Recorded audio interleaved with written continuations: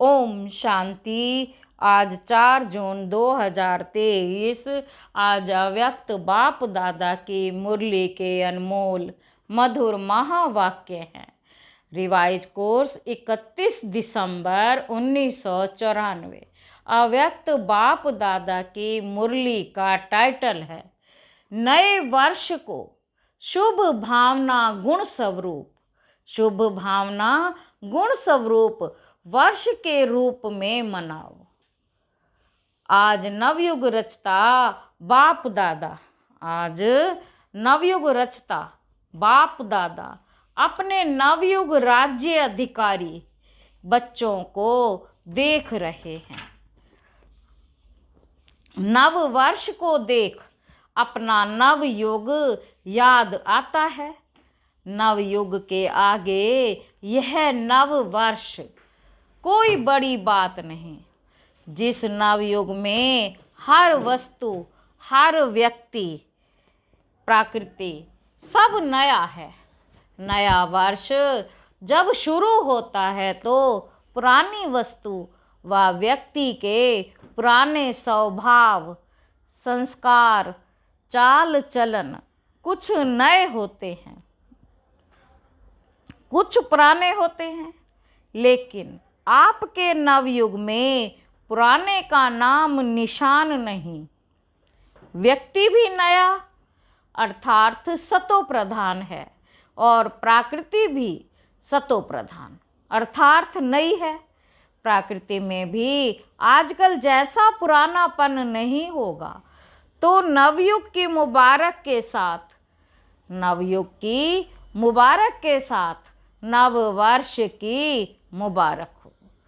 आज विशेष नया वर्ष मनाने के उमंग उत्साह से खुशी खुशी से सभी बच्चे पहुंच गए हैं। बाबा कहते आज विशेष नया वर्ष मनाने के उमंग उत्साह से खुशी खुशी से सभी बच्चे पहुंच गए हैं। तो बाप दादा भी दिल से दिल की दुआएं सहित नव युग की और नए वर्ष की डबल मुबारक देते हैं। अभी आप सभी को भी डबल याद है या सिंगल याद है? आप सभी को भी डबल याद है या सिंगल याद है? बाबा पूछ रहे हैं। अपना नया युग नयनों के आगे बुद्धि में स्पष्ट है ना? जैसे कहेंगे कल से नया वर्ष शुरू है, ऐसे ही कहेंगे कल नवयुग आया कि आया। इतना स्पष्ट है, नशा है। सभी नवयुग के राज्य अधिकारी हैं। सभी राजा बनेंगे तो प्रजा बनाई है। आप सब तो राजा हो, आप सब तो राजा हो, लेकिन राज्य किस पर करेंगे? अपने ऊपर। तो बाप दादा नवयुग और नया वर्ष डबल देख रहे हैं। बाप दादा नवयुग और नया वर्ष डबल देख रहे हैं। कल की बात है ना, वो भी कल और ये भी कल की बात है। फिर नवयुग होगा ना। अपने नवयुग की ड्रेस शरीर सामने दिखाई देती है।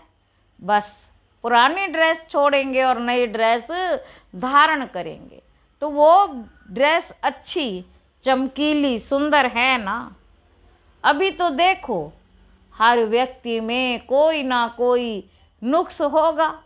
कोई की नाक टेढ़ी, कोई की नाक टेढ़ी होगी, किसी की आंख टेढ़ी होगी, किसी के होठ ऐसे होंगे। और नवयुग में सब नंबर 1, हर कर्मेंद्रियां एक्यूरेट। तो ऐसी ड्रेस सामने खूंटी पर लगी हुई है ना, बस पहननी है। अपनी ड्रेस अच्छी पसंद है? बाबा पूछ रहे अपनी ड्रेस अच्छी पसंद है? देख रहे हो ना। बाप दादा सदैव जब हर एक बच्चे को देखते हैं तो क्या देखते हैं?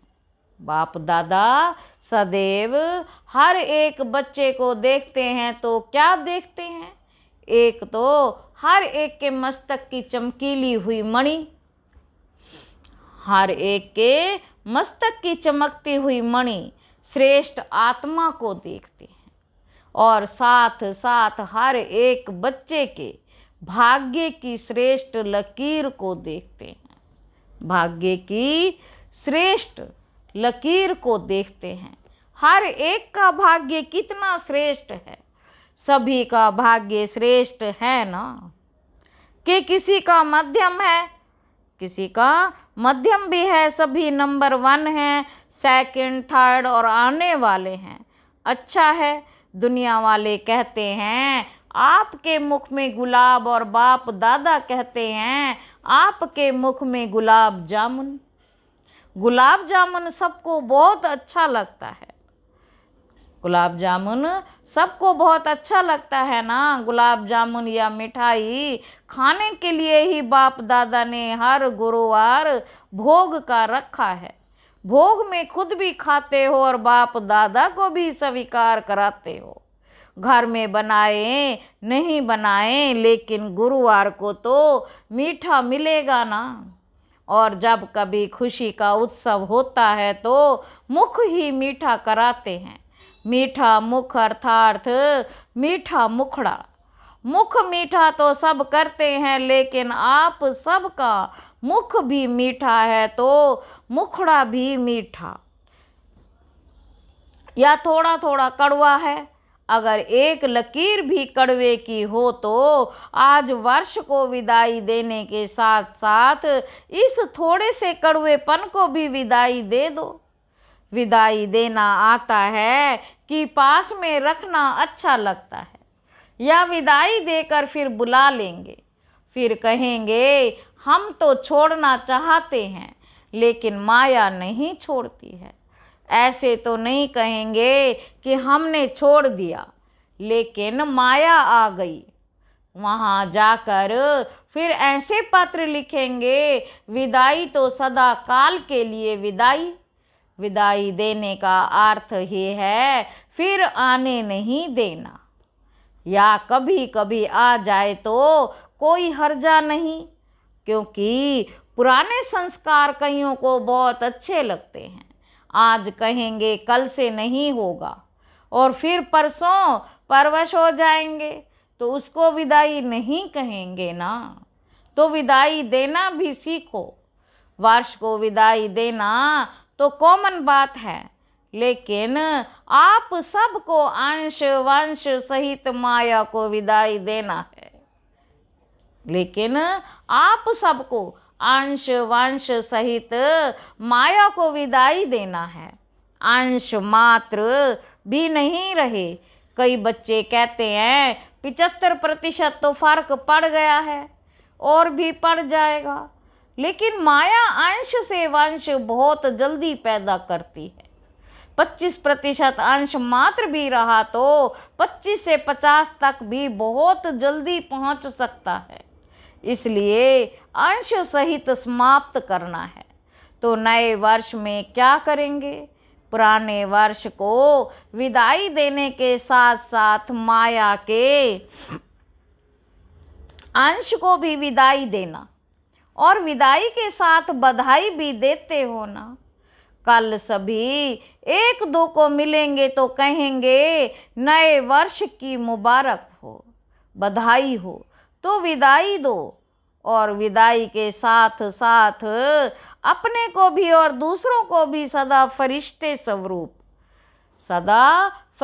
स्वरूप की बधाई दो। है ही फरिश्ता, ऊपर से नीचे आए, अपना कार्य किया और उड़ा। फरिश्ते यही करते हैं ना।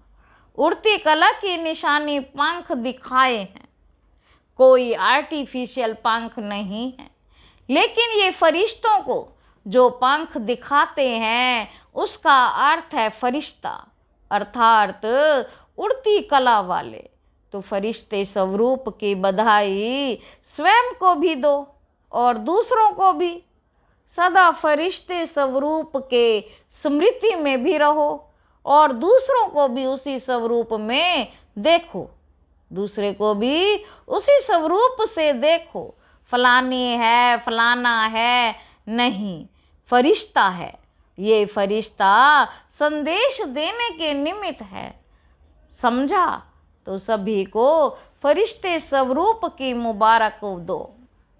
चाहे कोई कैसा भी हो, लेकिन दृष्टि से सृष्टि बदल सकती है। जब दृष्टि से सृष्टि बदल सकती है तो क्या ब्राह्मण नहीं बदल सकता? आपकी दृष्टि स्मृति हर आत्मा को बदल देगी। बाप दादा को कभी कभी बच्चों पर हंसी आती है, आप लोगों को भी अपने ऊपर आती है। एक तरफ कहते हैं कि हम विश्व परिवर्तक हैं, विश्व कल्याणकारी हैं, और फिर विश्व परिवर्तक आकर कहता है कि ये मेरे से बदली नहीं होता।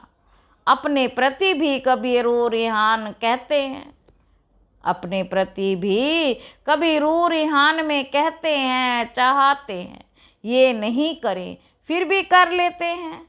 तो बाबा कहते विश्व परिवर्तक और स्वयं के लिए कहे कि मैं चाहता हूँ लेकिन कर नहीं पाता हूँ, तो उसका टाइटल क्या होना चाहिए? उसको विश्व परिवर्तक कहना चाहिए या कमज़ोर कहना चाहिए? गीत सुनाते हैं ना, क्या करें कैसे करें पता ही नहीं कब होगा। यह गीत बाप दादा तो सुनते हैं ना। जब विश्व परिवर्तक है, विश्व कल्याणकारी है, तो क्या कोई आत्मा को नहीं बदल सकते? स्वयं को नहीं बदल सकते? अगर सब परिवर्तक भी नहीं तो विश्व परिवर्तक कैसे होंगे? सब परिवर्तक नहीं तो विश्व परिवर्तक कैसे होंगे? बाप दादा कहते हैं इस वर्ष की विशेष दृढ़ प्रतिज्ञा स्वयं से करो। इस वर्ष की विशेष दृढ़ प्रतिज्ञा स्वयं से करो। प्रतिज्ञा का अर्थ ही है कि शरीर चला जाए, लेकिन जो प्रतिज्ञा की है वह प्रतिज्ञा नहीं जाए। तो प्रतिज्ञा करने की इतनी हिम्मत है, प्रतिज्ञा करने की इतनी हिम्मत है। इस वर्ष की विशेष प्रतिज्ञा स्वयं से करो, डरेंगे नहीं। इतनी हिम्मत है, करेंगे, डरेंगे तो नहीं। तो यही प्रतिज्ञा स्वयं से करो कि कभी भी किसी की कमजोरी व कमी को नहीं देखेंगे, किसी की कमजोरी व कमी को नहीं देखेंगे, किसी की कमजोरी कमी को नहीं सुनेंगे, नहीं बोलेंगे, ना सुनेंगे, ना बोलेंगे, ना देखेंगे। तो ये वर्ष क्या हो जाएगा? ये वर्ष हो जाएगा शुभ भावना गुण स्वरूप वर्ष। हर वर्ष को अपना अपना नाम देते हो ना। जब ये प्रतिज्ञा सभी कर लेंगे तो ये वर्ष हुआ शुभ भावना गुण स्वरूप वर्ष। मंजूर है? बाबा कह रहे मंजूर है। फिर वहाँ जाकर नहीं बदल जाना। फिर कहेंगे मधुबन में तो वायुमंडल अच्छा था ना, और यहाँ तो वायुमंडल का संग है ना। परिवर्तक किसी के संग में नहीं आता, परिवर्तक कभी किसी के संग में नहीं आता, किसी के प्रभाव में नहीं आता। अगर परिवर्तक ही प्रभाव में नहीं आता, अगर परिवर्तक ही प्रभाव में आ जाएगा तो परिवर्तन क्या करेगा? इसलिए इस वर्ष को गुण मुहूर्त शुभ भावना वर्ष के रूप में मनाओ। किसी की शुभ अशुभ बात को भी आप अपने पास शुभ करके उठाओ। अशुभ देखते हुए भी आप शुभ दृष्टि से देखो। जब प्रकृति को बदल सकते हो तो मनुष्य आत्माओं को नहीं बदल सकते हो, और उसमें भी ब्राह्मण आत्माएं हैं, उनको नहीं बदल सकते हो। जब सबके प्रति शुभ भावना होगी तो कारण शब्द समाप्त होकर निवारण शब्द ही दिखाई देगा। कारण शब्द समाप्त होकर निवारण शब्द ही दिखाई देगा। इस कारण से ये हुआ, इस कारण हुआ नहीं। कारण को निवारण में परिवर्तन करो। हिम्मत है? अच्छा, बाप दादा जब टीवी खोलते हैं तो बड़ा मज़ा आता है। बाप दादा जब टीवी खोलते हैं तो बड़ा मज़ा आता है। ये कलयुगी टीवी नहीं देखते, ब्राह्मणों की टीवी देखते हैं। ऐसे नहीं आप लोग वह टीवी खोल लो, ऐसे नहीं करना। तो जब बच्चों को खेल दिखाते हो तो बहुत मज़ा आता है। मिक्की माउस का खेल तो करते हो ना, थोड़े टाइम के लिए कोई शेर बन जाता, कोई कुत्ता बन जाता।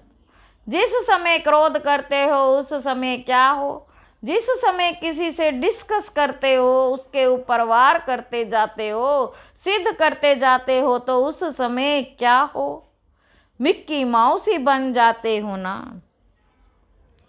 तो इस वर्ष मिक्की माउस नहीं बनना, फरिश्ता बनना। मिक्की माउस का खेल बहुत किया तो यह वर्ष ऐसे शक्तिशाली वर्ष मनाना, क्योंकि समय तो समीप आना भी है और लाना भी है। समय भी समीप लाना भी है और आना भी है। ड्रामा अनुसार आना तो है ही, लेकिन लाने वाले कौन है ना, आप ही हो ना। लेकिन लाने वाले कौन हैं, आप ही हो। बाबा कहते दूसरी विशेषता इस वर्ष में क्या करेंगे, नए वर्ष में एक तो बधाइयाँ देते हो और दूसरा गिफ्ट देते हो। नए वर्ष में एक तो बधाइयाँ देते हो और दूसरा गिफ्ट देते हो। तो इस नए वर्ष में सदैव हर एक को जो भी जब भी संबंध संपर्क में आए, चाहे ब्राह्मण परिवार चाहे हो आत्माएं हो, उन सबको एक तो मधुर बोल की गिफ्ट दो, स्नेह के बोल की सौगात दो, और दूसरा सदैव कोई ना कोई गुण की शक्ति की सौगात दो। यह सौगात सेकंड में भी दे सकते हो, ऐसे नहीं कह सकते हो कि टाइम ही नहीं मिला, ना लेने वाले को टाइम था ना देने वाले को टाइम था। लेकिन अगर अपनी श्रेष्ठ भावना श्रेष्ठ कामना की वृत्ति है तो सेकंड के संकल्प से दृष्टि से अपने दिल के मुस्कुराहट से सेकंड में भी किसी को बहुत कुछ दे सकते हो।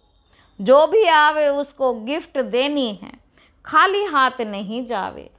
तो इतनी गिफ्ट आपके पास है कि 2 दिन देंगे तो ख़त्म हो जाएगी। सभी का स्टॉक भरपूर है कि कोई का स्टॉक थोड़ा कम हो गया है। जिसके पास कम हो वो हाथ उठा लो, भर देंगे। जिसके पास कमी हो वो चिट्ठी लिखकर जनक दादी जानकी को दे देना, वो क्लास करा लेगी। कमी तो नहीं रहनी चाहिए ना। ताता के बच्चे और कमी हो तो अच्छा नहीं है ना। इसलिए भरपूर होकर जाना, कमी को लेकर नहीं जाना।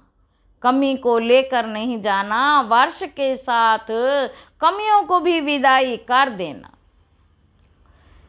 कमियों को भी विदाई देकर जाना। ऐसे नहीं कि सिर्फ कल एक दिन ही गिफ्ट देना है, नहीं, सारा वर्ष सबको गिफ्ट बांटते जाओ। सारा वर्ष गिफ्ट बांटते जाओ। बिना गिफ्ट के कोई नहीं जाए तो कितना अच्छा लगेगा। अगर कोई आता है उसको छोटी सी प्यार से गिफ्ट दे दो तो कितना खुश होता है। चीज़ को नहीं देखते हैं, लेकिन गिफ्ट अर्थात स्नेह के स्वरूप को देखते हैं। गिफ्ट से कोई मालो माल नहीं हो जाते हैं, लेकिन स्नेह से माला माल हो जाते हैं। तो स्नेह देना और स्नेह लेना, अगर कोई आपको स्नेह नहीं भी दे तो भी आप उनसे ले लेना।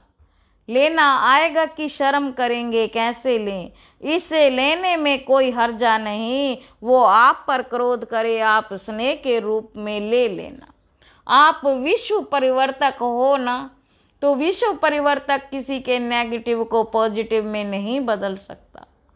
तो ये वर्ष सदा स्नेह देना स्नेह लेना, ऐसे नहीं कहना कोई ने दिया ही नहीं क्या करूं, वो दे या ना दे आप ले लो।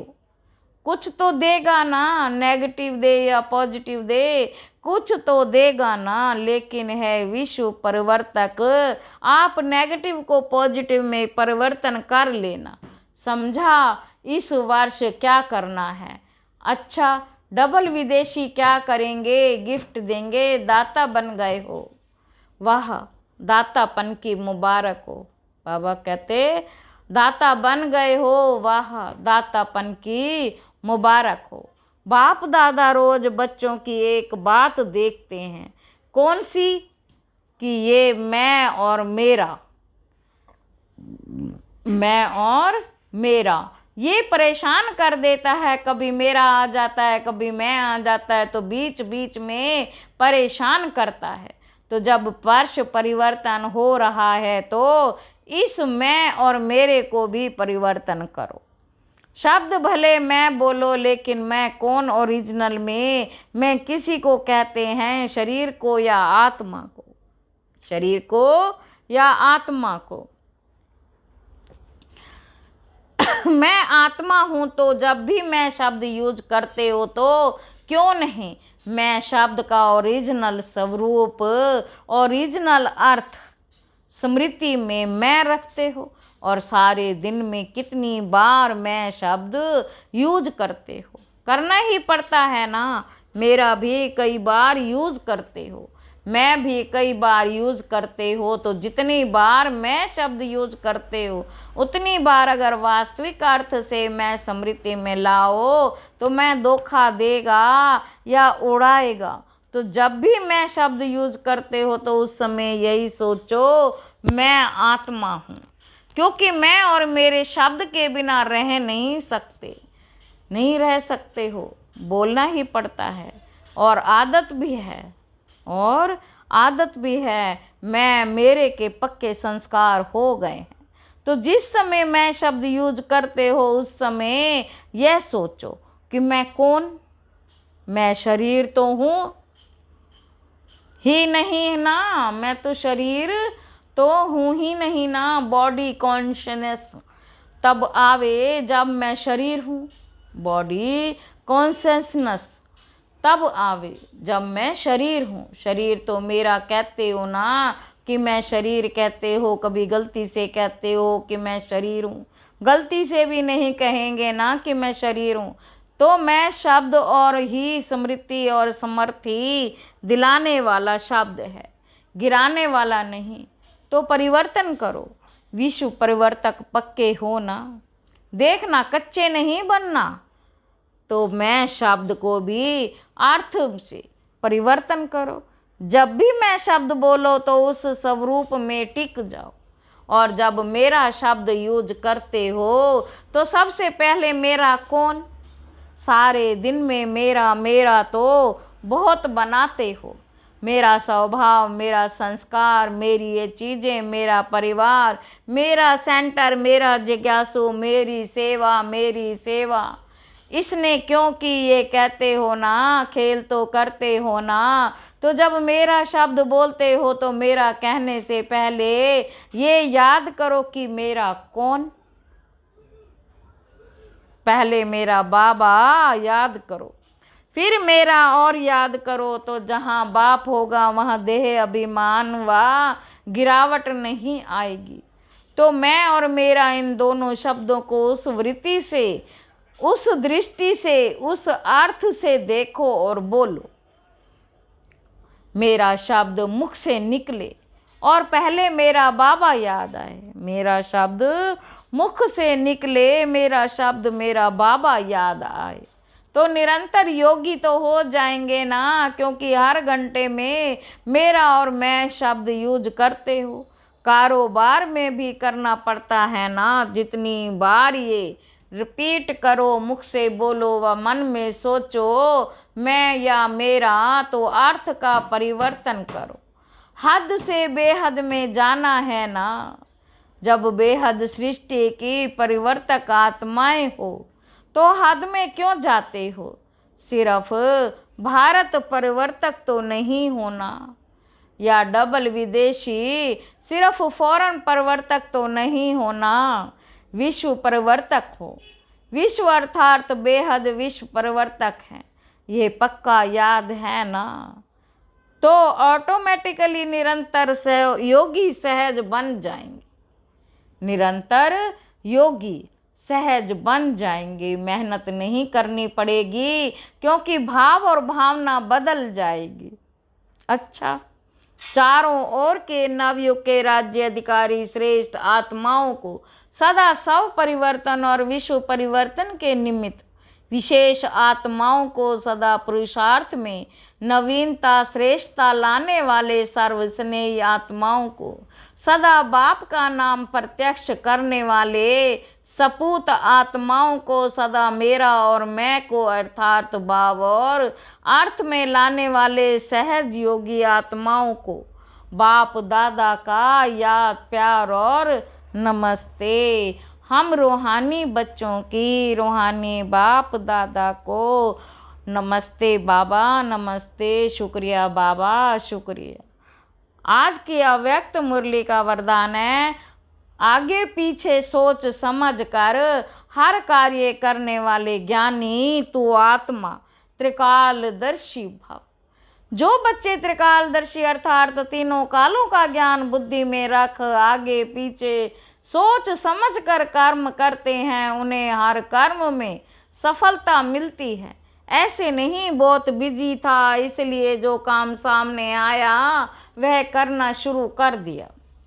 नहीं, कोई भी कर्म करने के पहले यह आदत पड़ जाए कि पहले तीनों काल सोचना है। त्रिकालदर्शी स्थिति में स्थित होकर कर्म करो तो कोई भी कार्य व्यर्थ व साधारण नहीं होगा। स्लोगन है, अपने संतुष्ट और खुशनुमा जीवन से सेवा करो, तब कहेंगे सच्चे सेवाधारी। अच्छा, ओम शांति।